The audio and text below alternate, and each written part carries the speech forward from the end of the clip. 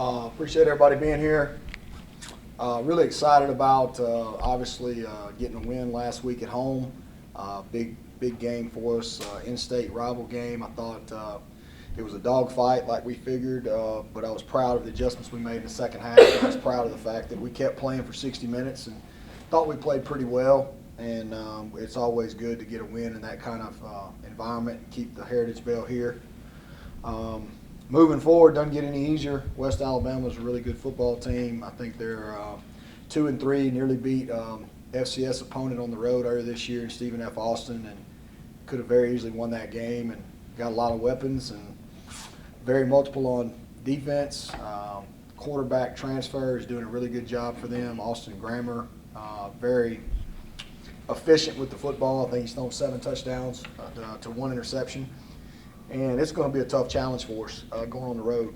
And we've got to have a great week of preparation, and we've got to continue to get better. I think that's the one positive is we've gotten better each and every week at something, and we've got to continue to do that. And that's going to be the key this week. A little extra time between games. How much was it needed for your team? I think it was needed a lot, which they had the same amount because West Alabama did the same thing we did. They played last Thursday night. But I think we really needed it. We gave them off pretty much. We met Friday and lifted, and we gave them off Saturday and Sunday, and then we'll come back in today and start our preparation. Coach, you guys had a couple more turnovers, and you talked about earlier in the year winning that turnover battle. Talk about the play of your secondary, just forcing those turnovers. No doubt about it. As Matt alluded to earlier, we've got some interceptions here lately. I think when you start flying around the ball and you start being more comfortable with what you're doing, those types of things start to happen, and it gets contagious. And right now, in the last 2 weeks, we're +8 in the turnover ratio. If we can continue to build upon that, we'll have a chance to be successful. What did you say to the team at halftime, Coach? I know it seemed like the momentum had switched last week. I know you give it the G-rated version. I'll have to. Basically, what I said was we have to be more focused. I felt like before the game, walking through the locker room, we were not as focused as we needed to be, and I pretty much just said, hey, we need to be focused, or we would get ready to probably practice throughout the weekend, something to that effect. But and really, I just said, hey, it's all right in front of us. We're not making a couple of things we need to do. I said the drive before half, that's unacceptable. Which Mississippi College made some great plays, and they're a good offense, but we can't give up an 85-yard drive right before half and go from 2 scores up to 1 score, a field goal up. You just can't do that kind of stuff. So that was kind of pretty much the talk. And then I knew Coach Jackson and the defensive staff would make adjustments, and then Coach Williams and the offensive staff made their adjustments, and that was it. So, Coach, what adjustments did Coach Jackson make at halftime to keep your team from giving up those big plays? I think he started bringing a little more pressure. If you go back and look at it, he started pressuring the quarterback a little bit more. The first interception for a touchdown was pretty much zero coverage blitz, which the quarterback threw off his back foot, and the quarterback made a great play. So I think we just kind of wanted to, force it a little bit, force the issue. Instead of sitting back and playing zone coverage, we went ahead and pressured, and I think we're going to have to be a type of team that mixes that in from time to time. And, that's why I hired the guy. He's a great coach, and he never once panicked. He never once, he just went in there, defensive staff, they all talked about it and came out and gave up 7 points in the second half, which was great, created 2 or 3 turnovers. You talked about West Alabama's defense being multiple. What makes that so difficult to play against?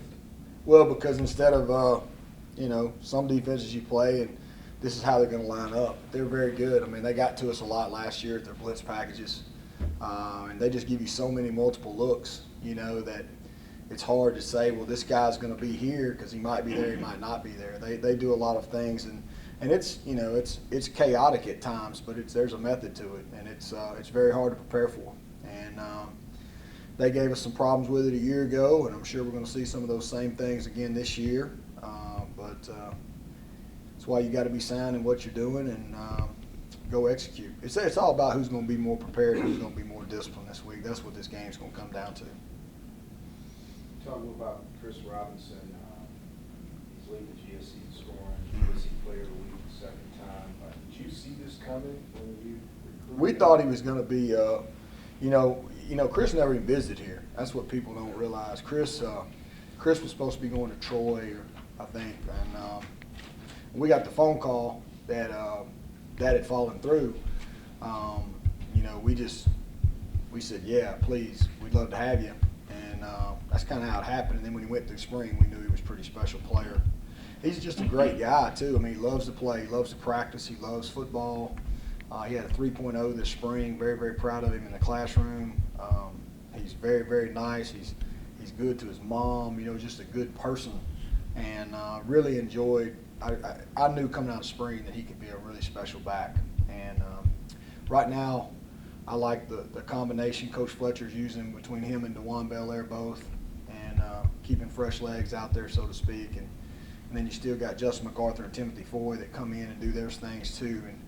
And I'm pleased with that position right now. Coach, with some of the results from around the GSC this past weekend, does that boost the morale of your team to know that it's got to come through Cleveland now? Well, I mean, I think we kind of always thought it did. But, you know, the thing that I don't know, I mean, the thing that it just solidifies in my eyes is that you got to play every week in this league. There's no weeks off in this league, and that was evident last week, you know, and it's but our guys knew that we still control our own destiny, which is a good thing, and we're on step 3 on this journey. You're basically in a new season each week. And it's 1 week season this week. We got to go to West Alabama, and we got to do everything we can to come back with a win.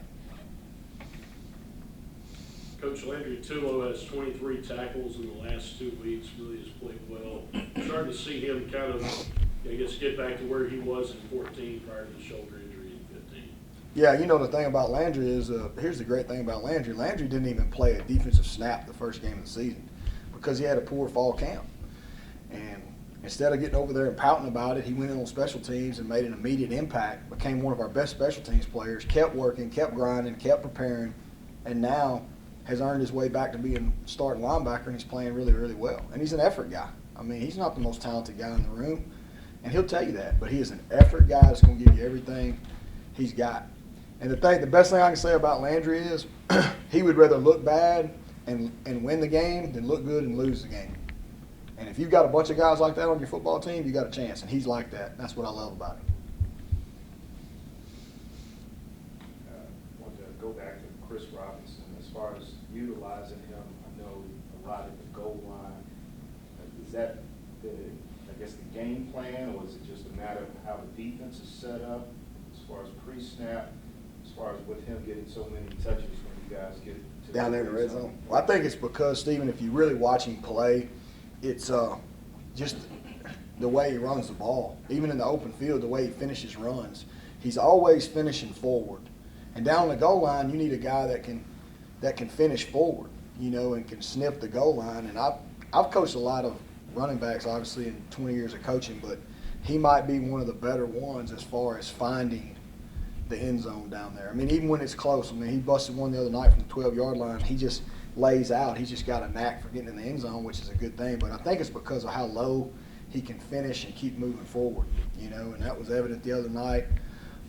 He hit, you know, he had a couple runs that were really violent the way he finished them and really brought it to the tacklers, you know, and I think that's what you look for down there on the goal line. And obviously if you can hand it to a guy and he can get you a yard, that's very comforting as a coach. And so far, he's done that. And I know it's going to be tougher this week because West Alabama brings a lot of stuff off the edges down there, and it's going to be – running lanes are really hard down there. But, you know, we'll see what happens.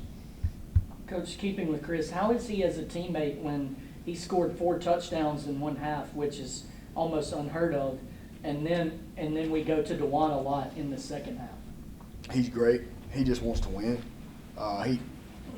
I promise you he's a lot like I was talking about with Tulo. I mean, he wants to win football games, and he knows that the guys that know they'll do whatever it takes for your team to win are usually the guys that end up playing well and getting a lot of stats along the way. And I've always said that, and that's how he is.